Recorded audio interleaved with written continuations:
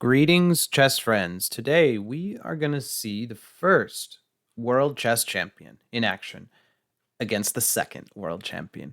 This is an absolutely titanic battle. Let's jump right into the game. This one even commentated on by Kasparov in my great predecessors. An absolutely classic battle. Now, this game, the timing of the game is important as it is from the year 1896. And that is significant because actually Lasker is now the champion. And Steinitz is a bit older, somewhere in his 60s, if I recall. And this was sort of the old champion versus the youthful Lasker, and a big surprise for the young Lasker. C5, not a good move. You see the symbol by chess.com's standards. I'm going to give them a break. It's the 1890s. But it makes a pawn chain. Really, the type of move that usually disrupts this is something like b6. You're overextending your pawns a little much. And here we go. Knight e4. Not a great move, but again, let's just give them a little grace. Queen c2 tempo. f5. Bishop c4, which I love this move. Making a pin while developing a piece. Just an all-around good, useful move. And white is doing just fine here. A3, that's a preventative move. And you can see Steinitz having a little bit positional class, let's say. Not all the moves, like we said, C5 wasn't great, but overall, having some prophylactic idea, understanding the pawn structure. Obviously, pin is more tactical, but he had some real good understanding. Steinitz was really the first great writer of chess. In addition to being the world champion, he wrote a lot about chess and had some very interesting thoughts. So here we go. Castle's queenside, an aggressive move. King h8, and that's avoiding the pin, intending at some moment to play e5. Now, of course, right now, the rook is staring at the queen, so you certainly wouldn't want to allow, let's say, pawn takes pawn, but he plays f3, chipping away at this center. If black were to take, white would be very happy to develop another piece. He plays queen e7, a really good move, and actually allowing here f takes, and was planning to meet that with a really nice central punch, e5, counter punch, I should say. Now that the king is out of the way, this move is legal and possible and really good. Look how clumsy white's position is going to look. Even if just for a moment. We're going to take this pawn back with the knight is probably best, but look how clumsy things look. And actually the white king is probably the one in more danger, definitely. So in the game, after queen e7, he plays bishop g3. Steinitz, a good move. Sensing the e5 break is coming, something was up. And Lasker played f4. And I think I remember Kasparov noting that he won many games this way, just muddying the waters, complicating the game, did Lasker. But this one did not work. Presumably, he was hoping for bishop takes, and guess what? e5. Remember, e5 is also undermining the c-pawn. For example, takes, again, knight takes, it's likely. Knight hitting the bishop, knight could jump to d3, you could imagine. Queen could take this pawn. This bishop is very quick to wake up now, whereas here it's buried. So black's pieces are coming to life, but instead of all of that, there is a piece under attack, this bishop in danger, and Steinitz, the old champion, showing his class, and plays queen takes e4. Computers of 2024 nowadays give it brilliant. Absolutely brilliant. We're taking a pawn, we're losing a minor piece, and taking a second pawn. 2 pawns for the piece. Not bad. What else did we get for it? You need to be asking yourself those questions. If you're getting a certain amount of material in exchange and a pawn, is it a good pawn? Is the other person's king in danger? Just think about what else is going on. That can help tip the balance, and this is a pretty serious threat. Pawn g6, queen takes g6. The best move.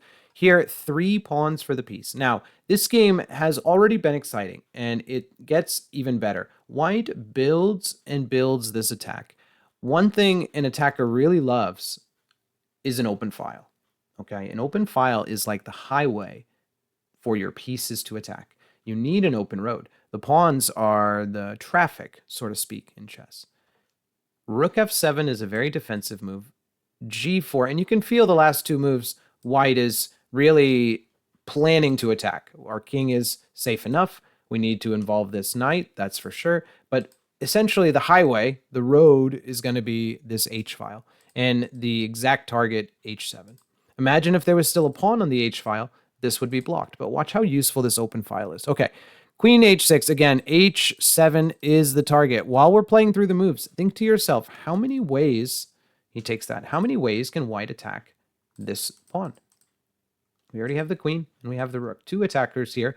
Next move, bishop D3. 3 attackers. He retreats. Knight F3. Finally, he develops his kingside knight, the easiest piece to develop on the 21st move. No matter. I think actually black has done well here. Remember, Lasker was the world chess champion. But from now on, really does not handle the defensive task well at all. G4. Tempting him again. You already took a pawn on G4 like deja vu, but now this one needs defense. So the rook will not be taking this pawn. Rook G8, another question mark. G5, that move just plays itself. Bishop D8. Look at this V for victory. There we go. I love the pawn structure. The bishop of the opposite color, so it flows on the light squares. Everything attacking here. Rook H2. Absolutely beautiful patience involving the last piece. You know what's coming. Here, look at this. Steinitz knows he's winning, so much so that he doesn't even take this rook, and his move is best. Queen H5. Rook back to G7, hoping to trade. Unfortunately for black, the trade doesn't even help. Usually, he just plays rook D to H1. Usually, trading when you're on the defensive is good. Get those pieces out of here. But this one doesn't even help. Capture, capture. The H7 pawn is attacked 3 times. Rook, rook, and bishop. And you can only guard it twice. You cannot add another defender. In other words, this pawn is getting taken. Next move. I should say that was checkmate even. But he moved his other rook. Take, take. So now the king has a square. And this is a fork. Bishop and king.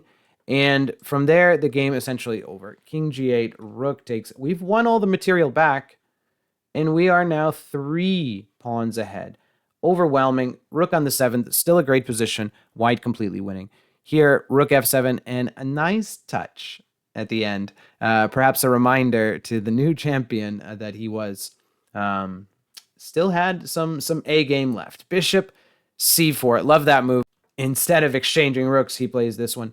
Black resigned here, but let's just look. If you had captured, of course, bishop takes pawn. Fork. You can block with the rook, and actually a few good moves here, as the pin is there, but he probably would have played G6, I would guess. Engine also giving D5 is a very good move. Who's to argue? But yeah, attack pinned pieces. An absolutely beautiful game, and to me, the real key to this one was, I think, not only the beautiful sacrifice moment right there, but the positional understanding. Okay, we have 3 pawns for the piece, so we don't need to go overboard, but I love G4 and G4 again later. He loses that pawn, remember. But here, G4 and G5 and doubling the rooks. That's really the moment where it just became an insurmountable advantage. Here, this engine is giving roughly +6.